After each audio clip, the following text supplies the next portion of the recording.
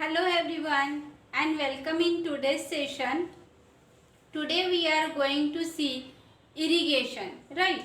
Irrigation means what? Giving water to the crop. So how it will be given to the crop and what are the different methods to irrigate the crop? That today we are going to discuss. See here, chapter 1.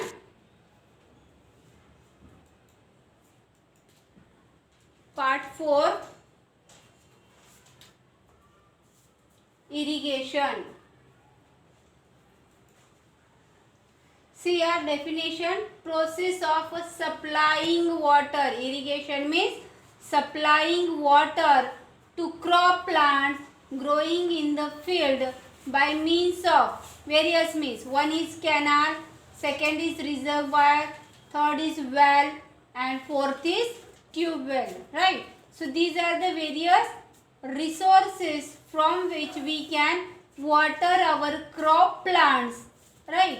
And this process is known as irrigation.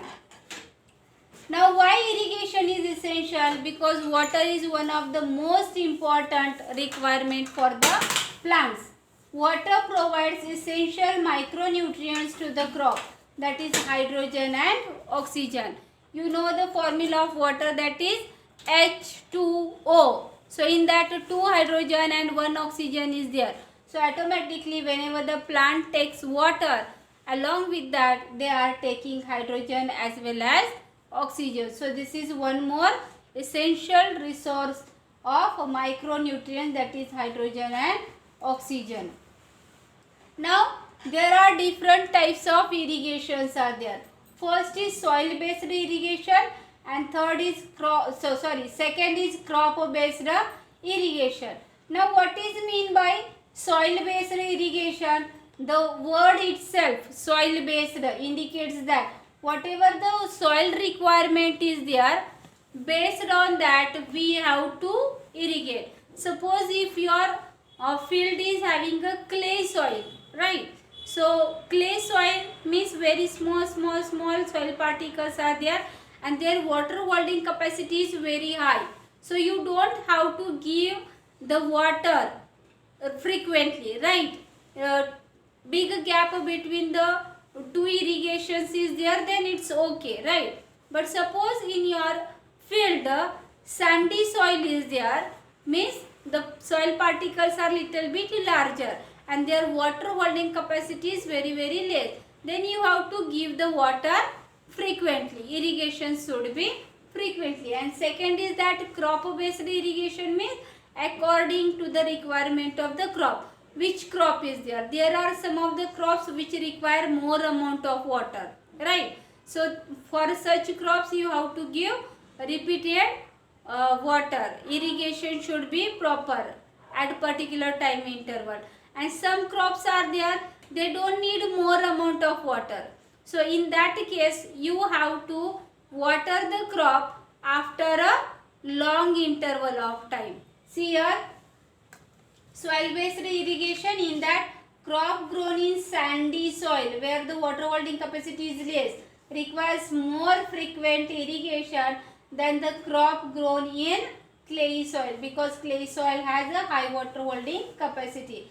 And crop based irrigation means paddy crop. Paddy means rice crop is there, right? So paddy crop is transplanted in standing water, means where the water is already stored, more amount of water is there, that is called as the standing water. Waterlogged condition should be there in the field.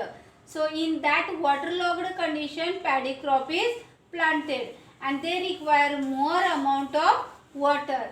That's why if you are taking a crop like paddy or wheat, gram, cotton, then you need to supply water regularly. So these are the types of irrigation, soil based as well as crop based. Now there are some of the traditional methods of irrigation. Traditional method means the methods which we are using from our forefathers. Ancient methods are there and generation after generation we are following the same. See here some of the traditional methods. First, moat or pulley system. Second, chain pump. Next is dekli, and fourth is rahat, that is level system. One by one we will see here. See the moat system. In this picture you can see that here the well is there, and in that you can see here this is a pulley, and on this pulley one rope is there. One end of the rope is held by this person and another end of the rope is there. This is attached to this container, tied to this container. What in this moat system, what we are doing? Actually, this will be thrown into the well, filled into the water, and then with the help of this thread it will be pulled out, right? And as soon as this container filled with the water will come, then we will take it out, pour that and water the plant. This is a ancient method, moat. Here you can see the picture of this. Here this is a water reservoir, here big one. Here this moat is kept over, and this is a big pulley, right? So on that, whenever this pulley will be run, and whatever the container or structure you will keep over there to bring out that water, it will be bring over here and pour the water this side. Or here also you can see the chain pump structure. This is continuously moving. So here you can see this is here the water source is there, right? And in that, whenever the containers will pass through this water source, they will be filled, right? And as soon as it will this filled, it will come in this direction. Whenever this will be filled, this filled container will be taken up. Here it will be empty, and then this empty container will be again rotated back to the water reservoir. As this continuously going on, this is called as a chain pump. Earlier we were using this because that time motor was not there. So 6-7 containers are there which are just tied at a particular interval, and they are just rotating in a particular way so that they will filled over here and automatically get empty over there to give the water to the crop. So this is a chain system. This is the diagram which is given in your textbook, which shows you that earlier moat system where the water is given to the crop in the with the help of this moat. This is the pulley, thread, and the person which is pouring the water. This is the chain system. You can see here the containers are filled over here. This diagram is also there in your textbook. So these are just rotating on this wheel. Whenever they go down, they will fill, and whenever they will come up here, that time they will pour water here.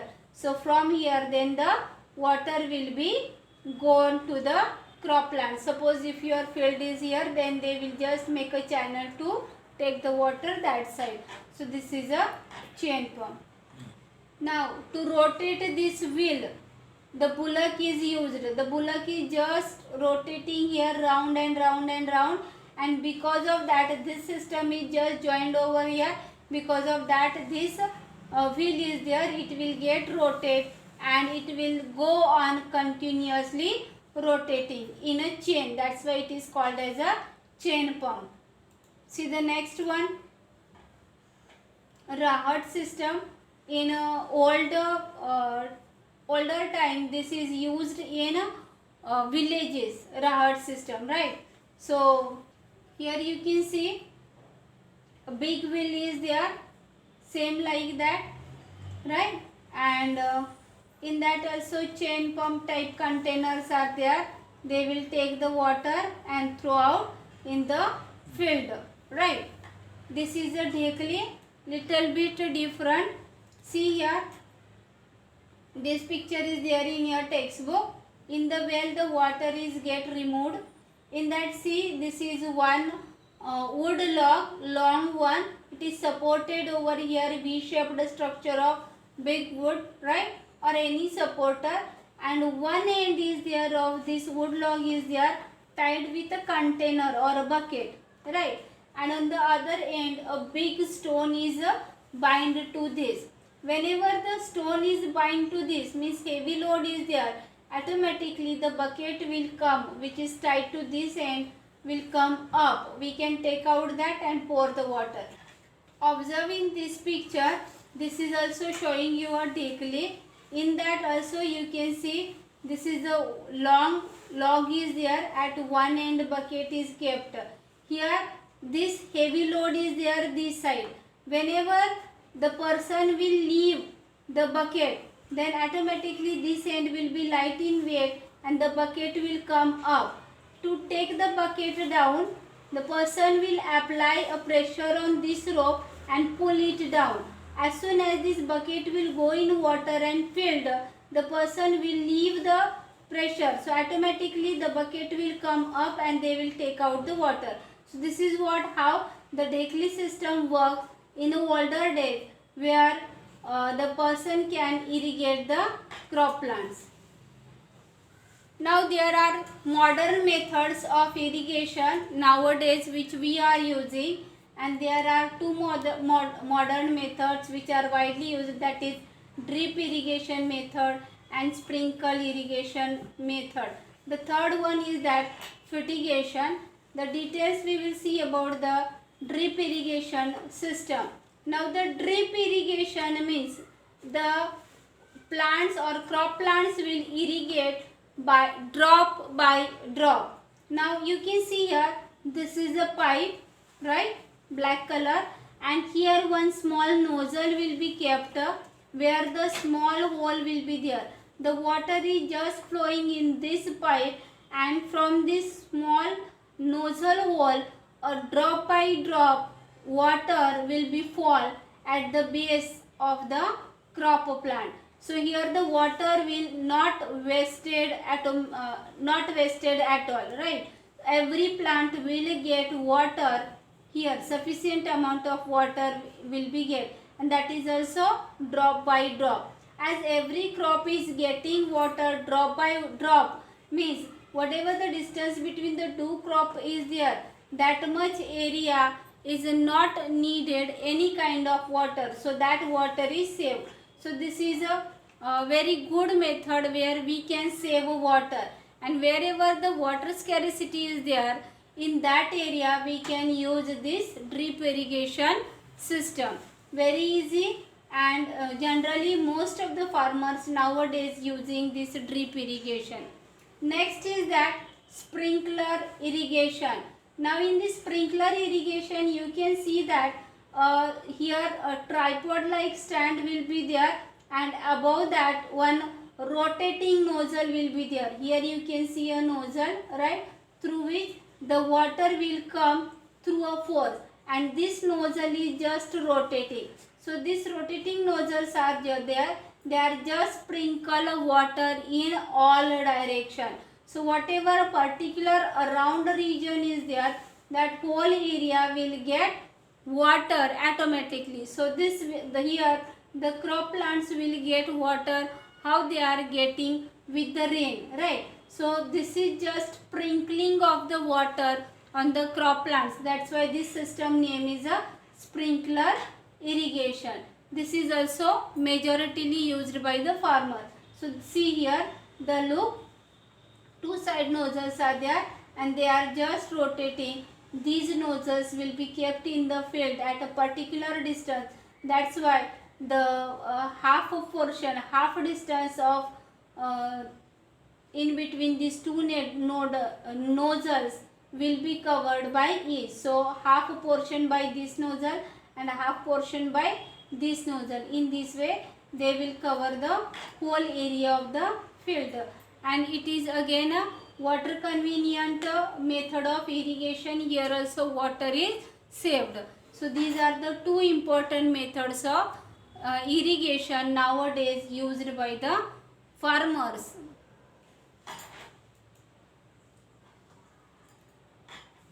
In this diagram also you will get a clear cut idea about a drip system.